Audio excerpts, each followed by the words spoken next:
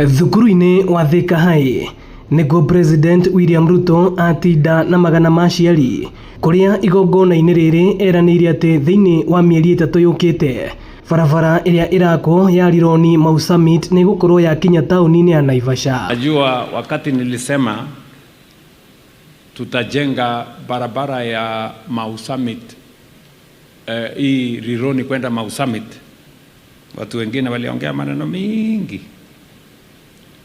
Haiwezi kujengwa, hata wheelbarrow hakuna. Lakini hawa watu tutawaibisha. Hiyo barabara dually saa hii inaendelea kama risasi, my friends. And as I said, by April next year hiyo barabara itakuwa imekamilika.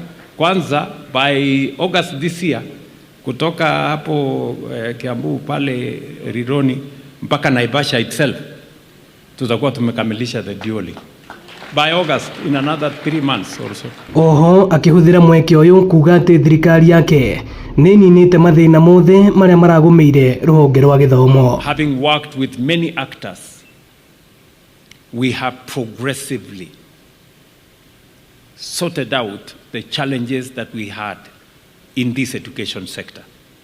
You all remember 3 years ago during the campaigns there was huge confusion.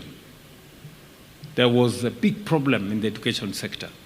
Parents were not sure what CBC was going to present to them. They were not sure whether junior school was going to be here or there. The transition was not clear. The curriculum was not clear.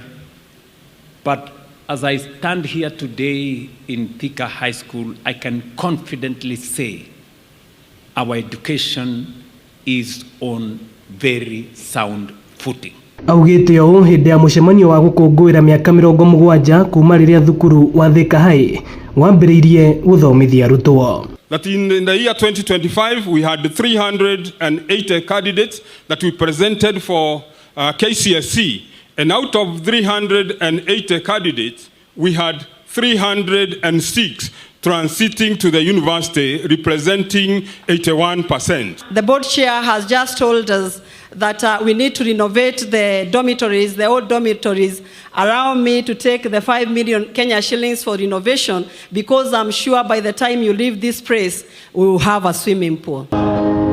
Ino ni ceceni ya Inoro TV Thĩka. Na niĩ njĩtagwo Moses Ngĩgĩa.